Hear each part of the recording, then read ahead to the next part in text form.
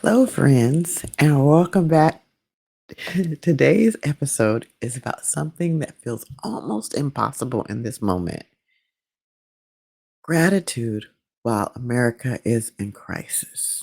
So, I'm Dr. Wilhelmina, and each time I do the podcast, I come to you with tips on wellness or beauty or skincare. But today we're talking again about something in the wellness arena. So, when the world around you or around us feels heavy, gratitude can feel like it's out of place. And it can feel kind of like it doesn't belong in the same room with pain, injustice, or uncertainty. But gratitude isn't about ignoring your suffering, it's about finding the light that still exists in the middle of the storm. I'm sure I've done a podcast on gratitude before. But in this case today, this is a different situation. We're going through a lot more in America, and I really felt this was a good one for today. So I can remember when I was going through the immigration process with my spouse, we had a tough time because I screwed up the first application, the very first one. I put his birth date in wrong.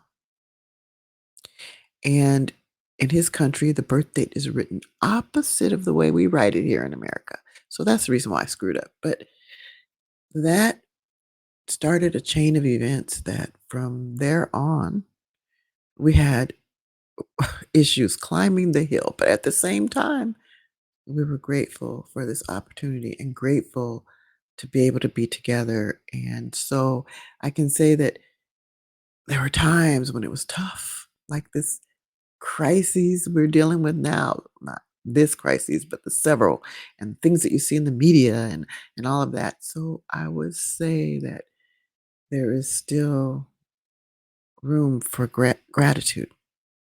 Okay, so let's talk about gratitude as resistance.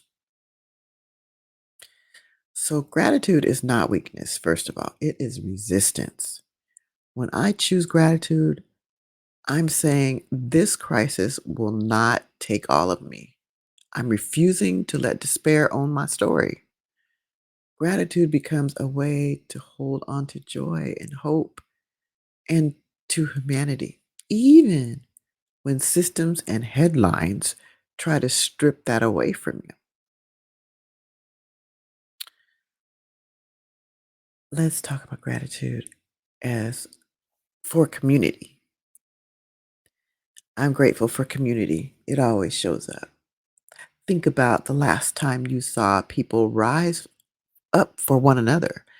In every crisis, there are neighbors checking on neighbors, strangers sharing food. You got communities protecting the vulnerable.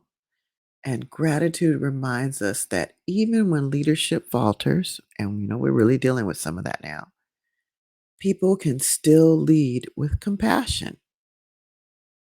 We think about those communities are vulnerable, like the elderly and children and our sick family members or family members that aren't doing very well. We think about that. We wanna know how we can help them and how we can pick them up from their situations. But at the same time, I'm grateful for that. I have gratitude for the people that are like that, the people that can do that, can think about others and not just themselves. That is compassion. Gratitude for what endures. Crises shift, whether political tension, economic struggle, or national tragedy. And by goodness, my goodness, we've had all of these very recently. Uh, but some things remain constant, and that's the resilience of families, the courage of truth tellers. Think about Jasmine Crockett, how she's out there just stating exactly what she wants to state and not afraid to be a truth teller. The creativity of young voices. Think about our young, they're so wise these days. They know so much and they're willing to talk about it, to let their voices be heard. the healing power of art, music, and faith. So, being artistic and getting into whatever your craft is, it helps you in order to be grateful and have that gratitude for the fact that you can do this art or whatever it is, and music. And I have so much gratitude for the fact that I can listen to music anytime. I have one of my favorite artists right now is Kendrick Lamar, and I love the way he tells us straight up. Now you might have to go look up some of the stuff in AI to find out what did he mean by that, you know? Like 30 for 30, what does that mean? So yeah, you might have to look it up with him and others, but once you understand it, then you're like, "Oh, okay, I get it." But I'm grateful for that. Gets my mind elsewhere than thinking about all the downtrodden situations that we've been in.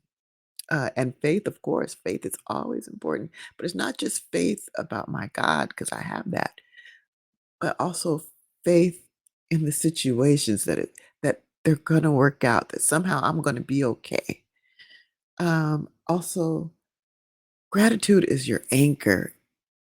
It anchors us in these enduring truths. So it keeps you grounded because it's your positivity. And you can't be positive about every little thing, but that is your positivity that helps keep you grounded.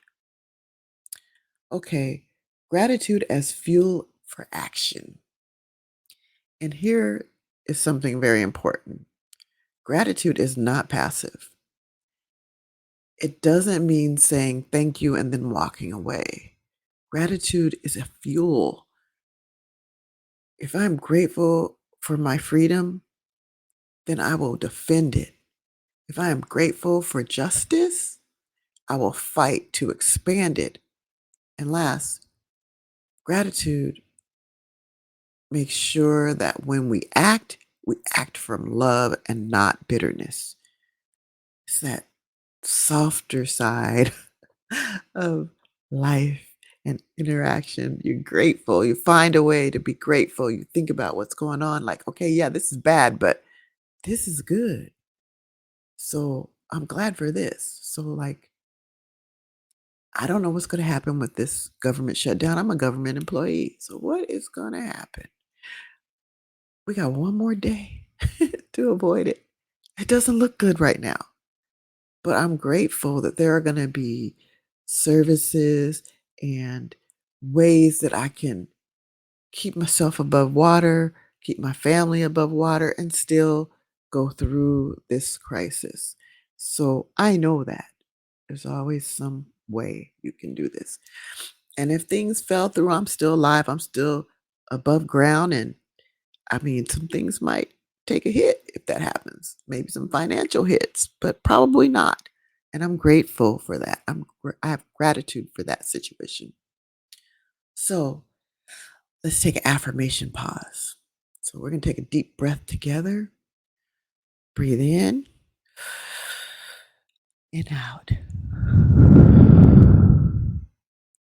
Even in chaos, I choose gratitude. I honor the pain, but I will not be consumed by it.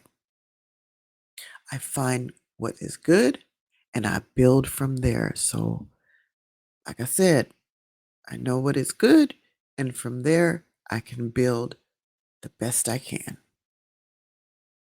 So, today, wherever you are, I invite you to notice one thing, just one, that you are grateful for, even in the midst of crisis. Hold on to it. Let it strengthen you and let it guide your next step forward.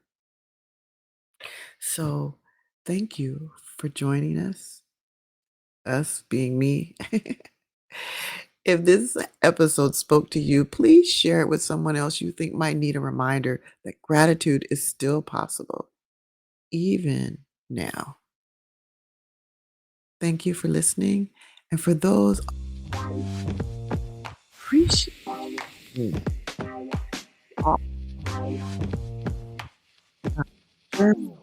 Of course, America. and so many different places. Thank you so much for listening. I appreciate you. Take care.